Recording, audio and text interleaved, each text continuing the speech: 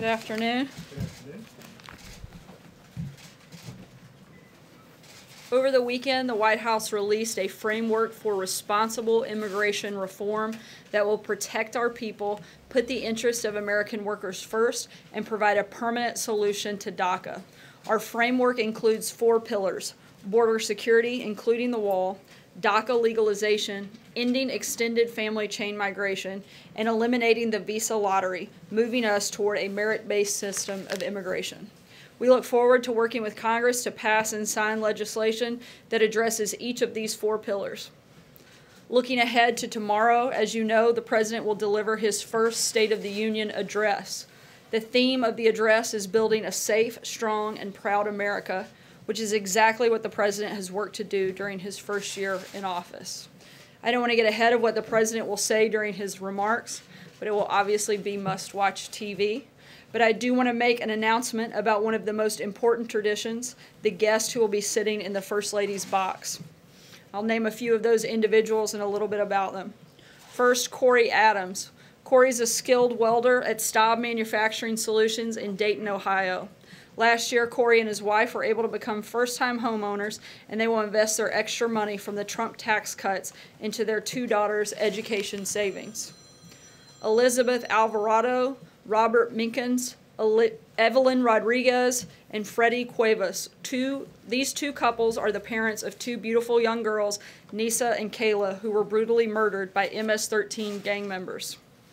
Corporal Matthew Bradford.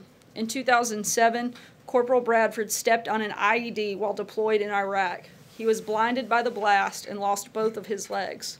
After multiple surgeries and therapy, he became the first blind double amputee to re-enlist in the Marines. John Bridgers. Mr. Bridgers founded the Cajun Navy in 2016, a nonprofit rescue and recovery organization that responded in 2016 to flooding in South Louisiana and in 2017 to Hurricane Harvey in Texas. He and his team have helped thousands of people across the South. David Dahlberg. Mr. Dahlberg is a fire technician who saved 62 children and staff members from a raging wildfire that encircled their camp in Southern California. Officer Ryan Holitz. Ryan serves as a police officer in Albuquerque, New Mexico. In his 6 years on the force, he has been shot twice and experienced several near-death encounters. Officer Holitz and his wife adopted a baby from parents who suffered from opioid addiction, breaking down walls between drug addicts and police officers to help save lives. Ashley Leppert. Mrs. Leppert rescued dozens of Americans during last year's devastating hurricane season. Agent C.J. Martinez. Agent Martinez is a special agent for ICE's Homeland Security Investigations Unit. His investigations have led to more than 100 arrests of MS-13 gang members who were prosecuted for crimes including homicide, assault, and narcotics and weapons trafficking. Staff Sergeant Justin Peck. Last year, Staff Sergeant Peck was part of a team clearing IEDs from territory previously controlled by ISIS. When one of his compatriots was struck by a blast, he rushed to their side, saving their life while risking his own. Preston Sharp. Mr. Sharp has organized the placement of more than 40,000 American flags and red carnations on soldiers' graves as part of his goal to honor veterans in all 50 states and to challenge others to join the Flag and Flower Challenge. Steve Staub and Cindy Keplinger. These siblings started Staub Manufacturing Solutions 20 years ago. Thanks to the Trump bump in the economy, they were able to grow to new heights in 2017, and thanks to the Trump tax cuts, they were able to give all of their employees larger Christmas bonuses. Some of these individuals' stories are heroic, some are patriotic, others are tragic, but all of them represent the unbreakable American spirit and will inspire our nation to continue growing stronger, prouder, and more prosperous. And with that, I will take your questions. John. Sarah, the news came down in the last hour that the Deputy Director of the FBI, Andrew McCabe, is stepping down. Can we get reaction from the White House? And is the President back at the end of December was tweeting about Andrew McCabe in a less than effusive praise manner? What's he thinking about him stepping down? Look, we've seen the numerous reports, as all of you have, And any specifics, I can tell you none of this decision was made by that of the White House, and any specifics I would refer you to the FBI, who I believe will be making a statement later today. You say that the White House was not involved in the decision, but clearly the president seemed to be involved in a public relations campaign against McCabe. Oh, look, the president stands by his previous comments, but in terms of the situation today, as I just said, we've seen the reports just as all of you have. We don't have any specific comments, and I would refer you to the FBI for any specifics on the things that are taking place today. Jill? So when you say that you've seen the reports, does that mean that the president was not informed by anyone at the FBI that this was happening? Has he had any conversation of anything there? No, he hasn't. Cecilia? Sir, can you say definitively then that the president did not play a role in Andrew McCabe stepping down?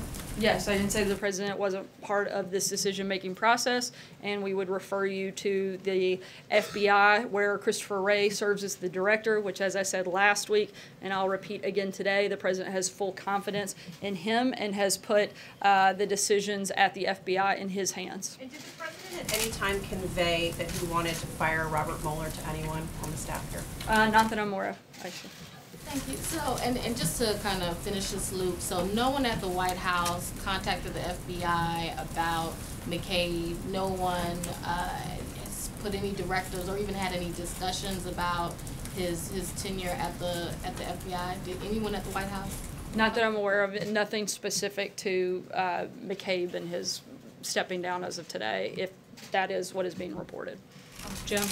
Sarah, what would you say to critics who believe that this White House and this president have had almost sort of a steady pressure put on the Justice Department, put on the FBI since the president came into office on this special counsel investigation? Whether it be conversations with Jeff Sessions' office about his recusal, whether it be about this desire for Robert Mueller to go away, and now with Andrew McCabe. There were even reports that Rod Rosenstein was also feeling pressure from the White House. It sounds like there are multiple officials at multiple levels who are being pressured by the White House, by the president. What would you say in response to that I'd say what I've concern? said. I would say what I've said probably 100 times before, and continue. We'll say I'm sure 100 times today that the White House has been fully cooperative and is going to continue to be fully cooperative. In fact, we've gone above and beyond many times, and certainly done everything that we could. The White House has provided over 20 witnesses and tens of thousands of pages of documents to the special counsel. We have done everything we can to be fully transparent, and we're going to continue to do that throughout the process. But what about this notion that the president has been applying pressure for months, steady pressure? The only thing that the president has applied pressure to is to make sure we get this resolved so that you guys and everyone else can focus on the things that Americans actually care about. And that is making sure everybody gets the Russia fever out of their system once and for all, that you are all reminded once again there was no collusion, and that we can move forward to focus on things like national security, the economy, and solving the immigration crisis that we have here in our country. So no obstruction of justice, nothing improper, nothing inappropriate here at all whatsoever from the president since he came into office when it comes to this investigation. No, and I think we've been pretty clear on that. Stephen? Sir, I have a question about the Nunes memo, but first I want to ask you if the president continues to have confidence in the man he appointed to be Deputy Attorney General, Rod Rosenstein. As I've said, when you guys ask this question about number of individuals, when the president no longer has confidence in someone, you'll know. On the memo, you had another question. I do have another question about the memo. The House Intelligence Committee could vote as early as today to release this memo that Chairman Nunes has reportedly crafted. The House rules contemplate that the president would then get 5 days to determine whether he has any cause to object to its public release. What's the current thinking? What's the current level of White House involvement in this decision? Can you shed any light on the process between this White House and Capitol Hill with this question? Look, no one at the White House has actually seen the memo, so it would be hard for us to make a decision or to speak about it before that would take place. Right now, we're letting the House process play out, and if and when it's time for the White House to weigh in, we'll do that through the proper protocol, making sure we follow legal process. But again, we're not to that point in the process yet. Margaret. Sarah, two questions. Well, just following up on that, is the White House, I know you said you have to wait and see, but is the White House open to the idea of a release of this memo to the public? And can you say in the State of the Union address whether the president will mention at all this ongoing Russia probe, which you said, you know, is really Russia fever that the country needs to get out of its system? Will he address it in any way?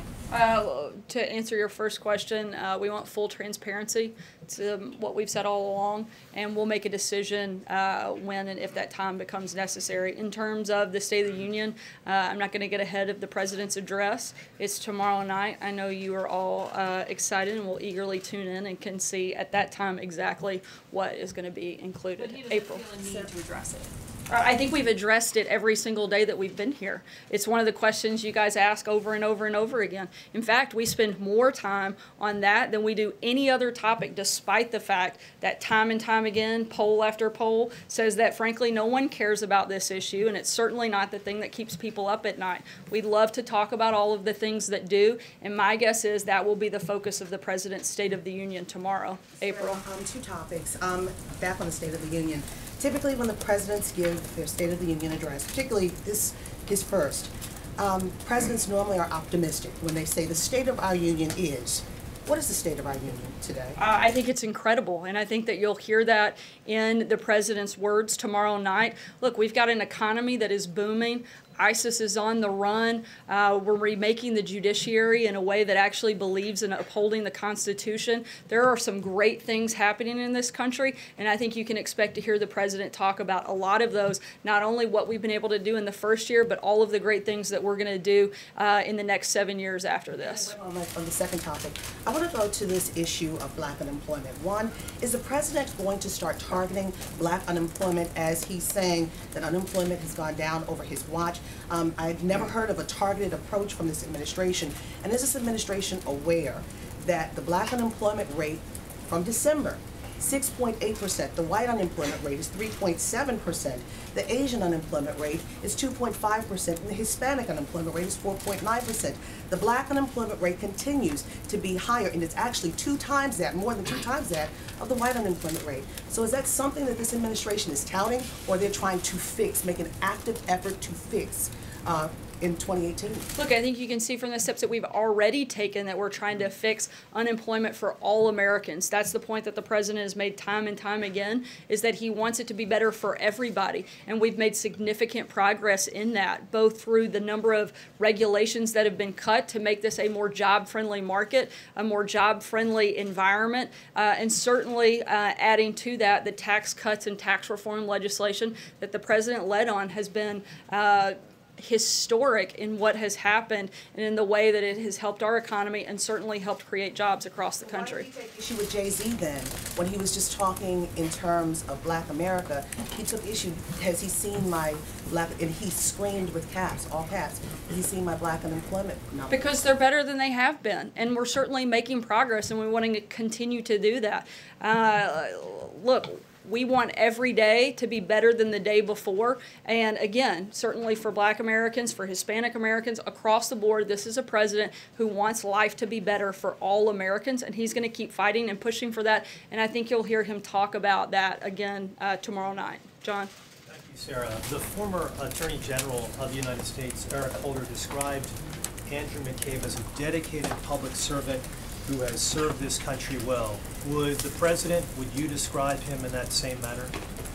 Look, I don't have a personal relationship with him, so I'm not going to describe him. I think we've talked about some of the concerns that we have with some of the actions that he's taken. But in terms of anything specific regarding the deputy director, particularly the news reports of today, I would refer you to the FBI. Francesca? The president, based upon past tweets that he's put out regarding Mr. McCabe, does not seem to be a big fan of Mr. McCabe. Is he disappointed that he's leaving his post as the deputy FBI director? I haven't asked him if he was disappointed. I can tell you he didn't play a role in any of that process, and again would refer you to the FBI for any specifics. Francesca? Thank you, Sarah. In one of the president's tweets in December, though, he did say that Andrew McCabe is, quote, racing the clock to retire with full benefits 90 days to go. So does the president believe that Andrew McCabe should be allowed to retire with full benefits?